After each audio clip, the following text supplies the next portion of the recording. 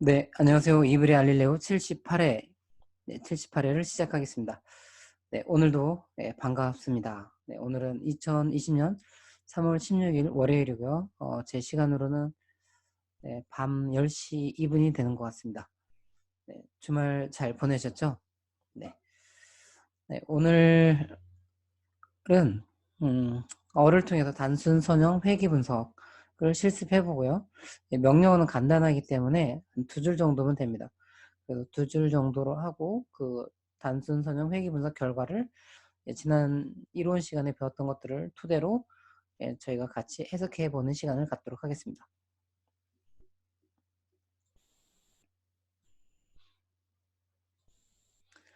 네, 얼 스튜디오를 띄우시고요.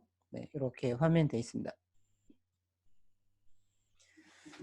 그래서 설명을 조금 해가면 저희는 단순 선형 회귀 분석을 합니다. 단순 선형 회귀 분석을 하고요. 영어로는 이 단순을 simple이라고 하고요. 선형이 리니어가 되는 거고요. 그 다음에 회귀가 리그레션이 됩니다. 그 다음에 분석은 어널리시스가 되는 거죠. 그래서 이거를 구분하는 건 뭐냐면 이제 y라고 한다면요. 저희는 이 y를 종속 변수라고도 하고 반응 변수라고도 하고 그 다음에 머신러닝 파트에서는 레이벌이라고도 합니다. 잠시만요. 이거를 조금 키워보겠습니다. 네. 얼굴 나오는 게 도움이 될지 모르겠는데요. 네, 이렇게 하고 그 다음에 여기는 기본적으로 1개가 되겠습니다. 종속 변수 1개고요. 그 다음에 x가 있는데요. 이 x를 통계 용어로는 독립 변수라고 하고요. 이 반응 변수에 대응되는 설명 변수라고도 하고요. 그 다음에 머신러닝, 딥러닝 사이드에서는 이런 부분을 퓨처라고 하고요. 그리고 요 x가 하나가 되는 겁니다. 그리고 x 하나, y 하나 이런 거로 이루어진 데이터에 대해서 회귀 분석하는 걸 단순 선형 회귀 분석이라고 합니다. 그리고 여기도 이제 계속 이어서 쓴다면 y도 양적 자료여야 되고요. 그 다음에 요 x도 양적 자료이어야 합니다. 이런 게 이제 달라지면 분석 방법이 달라지겠죠. 그래서 단순 선형 회귀 분석하는 이 어뢰 명령은 뭐냐면 여기다가 회귀 분석에 대한 뭐 리절트 부분을 이름을 써서 저장하고요. 요 lm이라는 함수가 있습니다. l은 리니어의 약자고요. m은 model, 모델 또는 model. 보통은 이제 model이라고 더 발음하는 것 같습니다. 이렇게 하고요. 여기다가 포뮬러라는 아규먼트가 있습니다. 포뮬러라는 아규먼트가 있고 이 아규먼트에다가 y에 해당되는 양적인 자료를 넣으시고요. 그 다음에 tilde하고 x에 해당되는 또 자료를 넣고요. 그 다음에 카마 이 데이터라는 아규먼트에다가 분석할 이 데이터를 넣어주시면 되겠습니다. 네. 요 tilde 여기 요 사이에 이제 공백이 있고 없고는 문법적으로는 문제가 없는데 가독성 보기 편하기 위해서는 항상 띄어쓰기를 하시는 게 좋겠습니다. 그 다음에 이 회귀분석 결과를 보시는 거는 이 썸머리 안에 요 리절트 요 이름은 이제 달라지겠죠. 요 리절트라는 이름은 달라지는데 요 단순 선형 회귀 분석한 결과를 요 만약에 리절트라고 저장했다면 요 리절트를 썸머리라는 함수 안에다 넣어주시면 이 회귀 분석 결과를 보실 수가 있습니다. 그래서 저희는 예제 데이터로 카즈라는 걸 하고요. 저희가 상감 분석, 산점도 할 때도 이 카즈 예제 썼거든요. 그러니까 어를 설치하면 기본적으로 제공해주는 데이터가 되겠습니다. 그리고 여기에 이제 y에 해당되는 저희는 대문자로 써본다면 이 y에 해당되는 거는 dist라는 변수가 있고요. 요 x에 해당되는 거는 스피드가 있습니다. 그래서 dist도 이건 디스턴스는 이 브레이크를 자동차를 운전할 때 갑자기 브레이크 딱 밟았을 때 이제 걸리는 제동 거리 디스턴스가 되겠고요.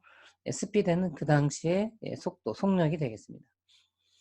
그래서 요 스피드가 요 디스턴스, 다시 말하면 자동차의 속력, 속도가 이 자동차의 제동 거리에 통계적으로 의미 있는 영향을 주는지 이렇게 해보는 거가 되죠. 그러면 저희는 해보면 저는 cars 언더바 model 또는 model 언더바 cars 이렇게 하시면 되겠습니다. 여러 가지 이름이 있겠죠. 저는 이 cars라는 데이터를 가지고 회귀 분석했다 또는 뭐 이렇게 LM으로 하셔도 되겠죠. 저는 그냥 model이라고 한번 해보겠습니다. model alt 마이너스 하시고요. LM 네, 하시고 그 다음에 formula 네, equal 하시고요. 그 다음에 우리는 y가 먼저 오는 거죠. y는 this가 되겠습니다. 여기서는 그다음 한 칸 띄고 tilde 그 다음에 여기에 x에 해당되는 게 speed가 됩니다. 그 다음에 카마 우리의 데이터는 cars가 되겠죠. 그래서 컨트롤 엔터를 하시면 이렇게 콘솔 한번 보시면 이 스크립트죠. 왼쪽에 여기는 건 스크립트인데 이 스크립트에서 했던 것들이 콘솔에 한번 이렇게 뜨고요. 그 다음에 이렇게 프롬프트가 새로운 프롬프트가 이 사이에 아무런 에러 메시지가 없으면 잘 동작이 된 겁니다. 그래도 기본적으로 요 cars 언더바 model 이렇게 해보면 이 결과가 뜨는데요. 이게 최소 제곱법, 또 베타 1과 이 베타 1, 베타 0와 베타 1에 대해서 추정하는 그 단순 선형 회귀 단순 죄송합니다. 네, 최소 제곱법 리스트 스퀘어 메소드 최소 제곱법을 통해서 이 베타 0와 베타 1에 대해서 표본에서 추정을 할 수 있죠. 그 결과가 이렇게 뜬 겁니다. 이게 베타 0의 헷, 이걸 베타 1의 헷 이렇게 표현할 수 있습니다. 그런데 저희가 원하는 거는 이 회귀 분석에 대한 더 많은 결과를 원하거든요. 그럼 어떻게 하는 거냐면 이 summary라는 함수 안에다가 이 cars 언더바 model이라는 걸 넣어주는 거죠. 이렇게 되면 좀 더 회귀 분석에 대한 결과가 많이 나와 있습니다. 그러면 이렇게 이제 회귀 분석 나와 있는데요. 이 결과를 이제 어떻게 해석하는지 저희가 지난번에 배웠던 걸 가지고 하나하나 한번 해석해 보겠습니다. 이 콜이라는 거는 저희가 이 모형, 회귀 모형 어떻게 세웠는지 알려주는 거고요. 그러면 제일 먼저 저희가 결과를 해석할 때 필요한 거는 단순 선형 회귀 분석의 해석이라고 하겠습니다.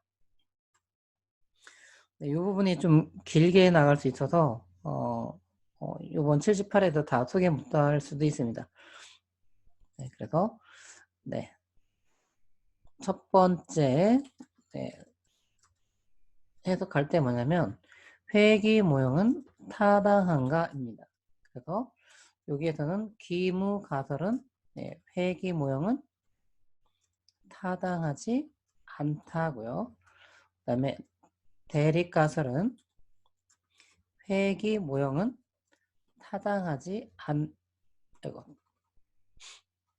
타당하다가 되겠습니다. 그래서 분석을 하는 저희 입장에서는 이 대립가설이 성립되기를 원하는 거죠. 그래서 저희가 세웠던 회귀 모형이 통계적으로 타당해서 그 다음 단계를 해석해 보고 싶은 겁니다. 그러면 여기 이제 회귀 분석 결과가 나오는데 이 중에서 저희는 뭘 봐야 되냐면 요 제일 아래쪽에 있는 요걸 보셔야 됩니다. 무엇을 보는가 한다면 저희는 요 결과를 보는 거죠. 그럼 요 결과는 무엇을 의미하는지 저희가 또 잠깐 보면요. 이걸 그림판으로 옮겨 보도록 하겠습니다. 그래서 제가 화면 캡처했고요. 네, 그림판이 나와. 네, 이렇게 돼 있죠. 네, 그러면 저희가 기무가설이 뭐 좀 전에도 말씀드렸지만 다시 쓴다면 기문은 H 널 회귀 모형은 타당하지 않답니다.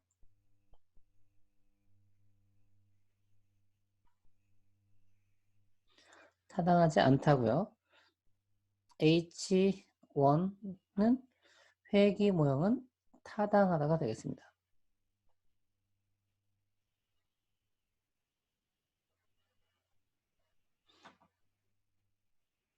그러면 표본에서 어떤 값을 만나면 기무로 가고 어떤 값을 만나면 대립으로 갈지 그거의 기준은 저희가 유의 수준이라고 설명하고 있죠.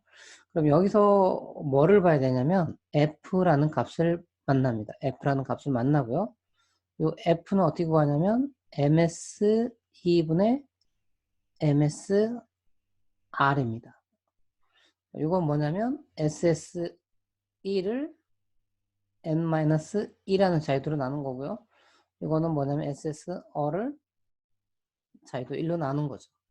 그래서 얘가 어떤 분포를 따르냐면 f1, n-2라는 이 f 분포를 따릅니다. 그래서 저 분포에 따라 저희가 유의 수준을 표현할 수 있겠죠. 그래서 요거를 저희가 그림으로 이렇게 그린다면 이렇게 표현하면 이 분포가 다시 쓴다면 f1 첫 번째 자유도가 1이고요. 두 번째 자유도가 n-1을 갖는 이 f 분포를 따른다는 거죠. 그래서 이 ms2에 비해서 msr이 얼마나 커 이런 거이기 때문에 이 f 분포에서 이 의 수준은 큰 쪽이 되겠습니다.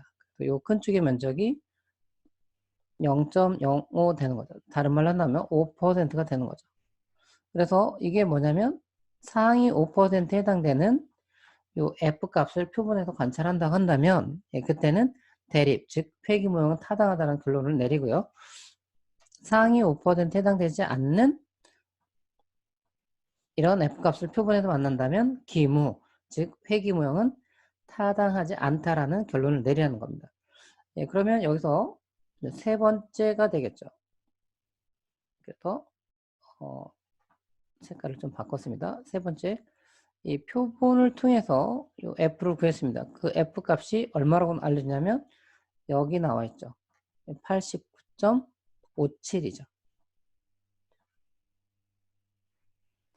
그렇다면 이 89.57이 과연 이 상위 5%에 해당되는 F값인지 해당되지 않는 F값인지를 알아야겠죠. 그 값이 바로 뭐냐면 U의 확률이 되겠습니다. 그래서 저희가 이거를 또 이렇게 그려보고요. 이것도 위에서 얘기한 F1 자유도와 n-2라는 자유도로 갖는 F 분포고요. 요 X축에 의미하는 것들이 다 F거든요. 이게. 그런데 우연히 표본에서 어떤 F 값을 만나냐면 89.57이라는 요 F 값을 만난 겁니다. 그러면 이 값이 과연 얼마나 큰지를 알아보면 이 값보다 큰 쪽의 면적을 알아보는 거죠. 그래서 요 면적이 뭐가 되냐면 P 밸류가 됩니다. 그래서 여기 보시면 P 밸류가 이렇게 나와 있죠. 네. 요 표현은 뭐냐면 1.49라는 값을 요 마이너스가 나오면 나누기라는 뜻이고요. 요 소문자 2는 숫자 10을 의미하고요. 요 뒤에 나오는 숫자 12는 10의 12승이라는 겁니다. 네, 그렇다면 이 값은 거의 0에 가까운 값인데 저희는 0이라고 표현하지 않고 이렇게 수점 넷째 자리에서 반올림 된 결과를 씁니다. 그래서 이것도 다시 한번 옮겨 쓴다면 이 p-밸류는 얼마냐면 0.000이라는 거죠. 그러면 이 p-밸류는 의 수준 0.05보다 작죠. 그래서 저희는 이 표본의 결과로는 결론을 뭐라고 내리냐면 대립이라고 내립니다. 즉 회귀 모형은 통계적으로 타당하다라고 결론을 내릴 수 있습니다. 네, 그래서 이제 결론을 여기다가 써준다면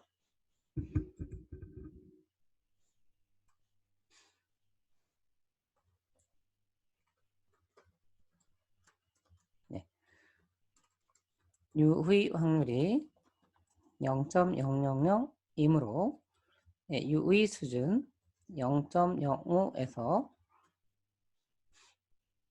회귀 모형은 통계적으로 매우 유의한 것으로 나타났다. 이 정도로 결론을 쓰겠습니다. 그래서 1단계가 1단계죠. 요 1단계 부분이 그 대립각을 회귀 모형을 타당하다고 했기 때문에 저희는 2단계로 갈 수가 있습니다. 2단계. 네. 2단계까지 하고 아마 멈춰야 되지 않을까 생각됩니다. 2단계는 뭐냐면 회귀 모형이 타당하다고 했으니까 그 다음에 독립변수는 종속변수에게 영향을 주는가, 또는 독립변수는 이 종속변수를 통계적으로 유의하게 설명하는가, 원인이 되는가, 뭐 이런 부분이 되겠죠.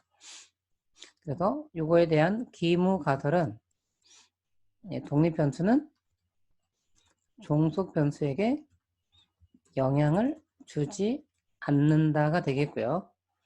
그 다음에 대립가설은 독립변수는 종속변수에게 영향을 준다가 됩니다. 그래서 여기서도 마찬가지로 요 회귀분석 결과가 나왔는데 무엇을 보아야 하는가라고 한다면 여기 부분을 보시는 겁니다. 여기 부분, 코에피션 부분 있잖아요. 요 코에피션 여기 부분을 카피한다면 이렇게 돼요. 네, 카피해 보겠습니다. 그래서 요 블록 잡고 컨트롤 시프트 C에서 이렇게 해놓고요.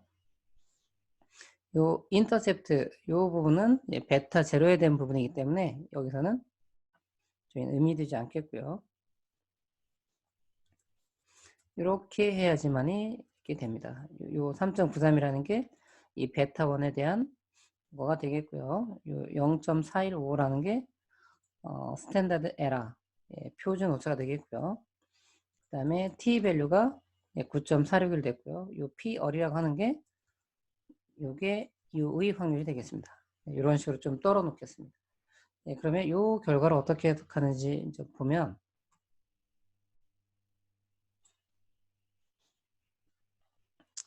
이것도 잠시만요. 저장을 좀 해놓고요.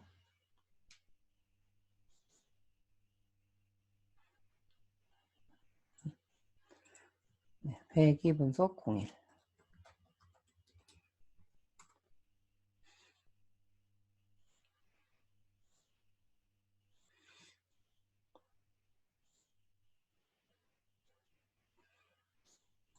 이 부분도 화면 캡처해서 그 그림판에서 설명하도록 하겠습니다.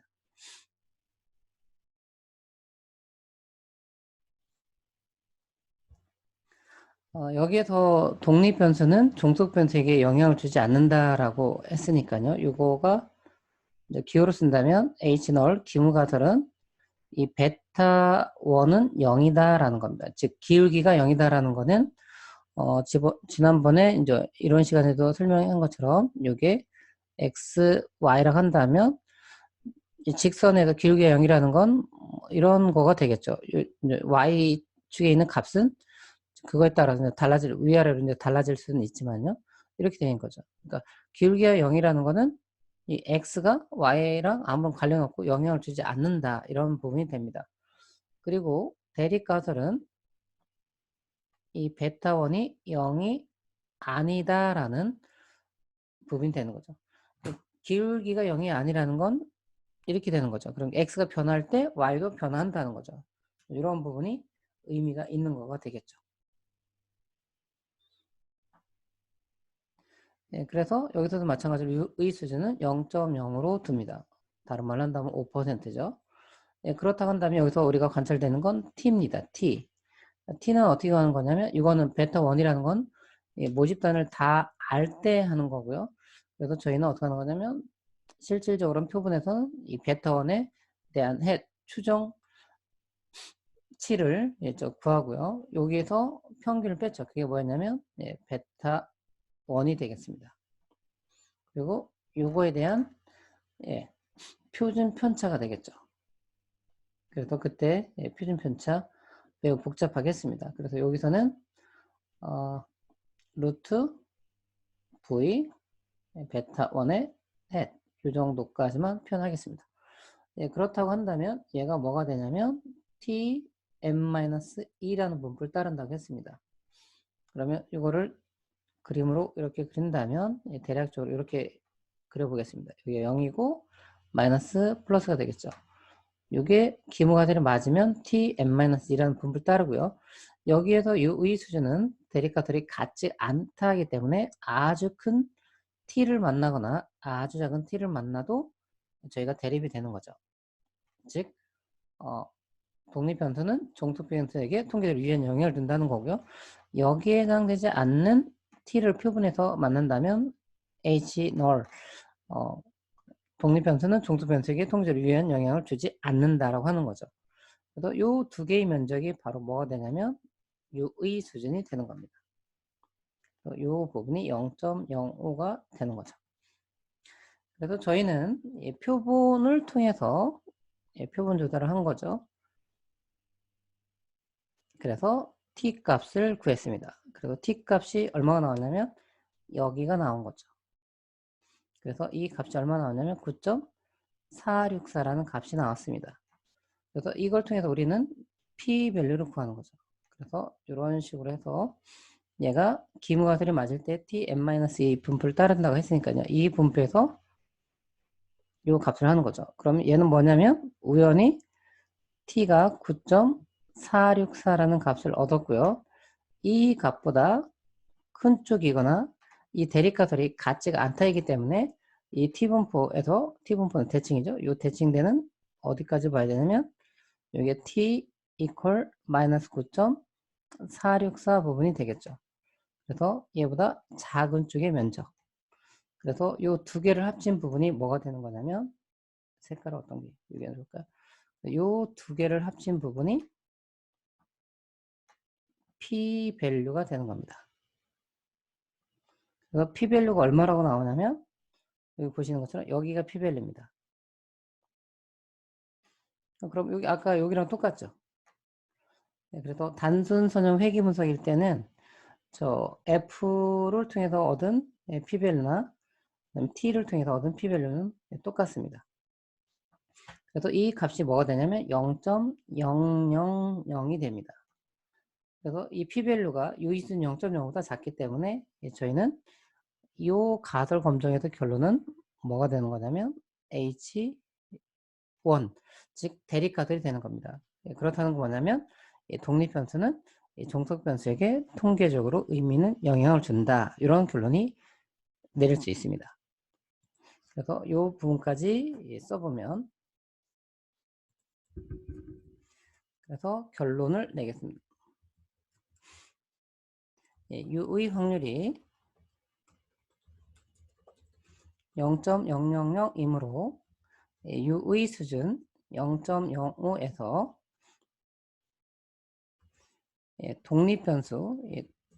독립변수는 뭐 저희가 여러 번 얘기했지만 독립변수는 여기 다시 한번 설명변수로도 하고요. 피처라고도 하는 거죠.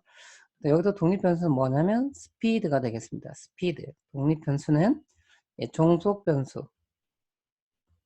여기 종속변수는 디스턴스의 약자인 디스트가 되겠죠. 통계적으로 유의한 의미는 영향을 주는 것으로 나타났다라고 합니다.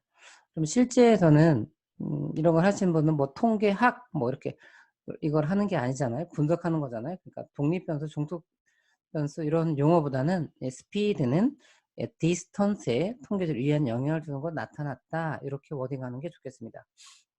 네, 그리고 요 1단계 부분에서 설명을 안 드렸는데 만약 1단계에서 결론이 기무가설 즉 회귀모형은 통계적으로 타당하지 않은 것으로 나타났다 한다면 여기에 나와 있는 이 회귀분석 결과는 이제 더 이상 해석할 필요가 없습니다.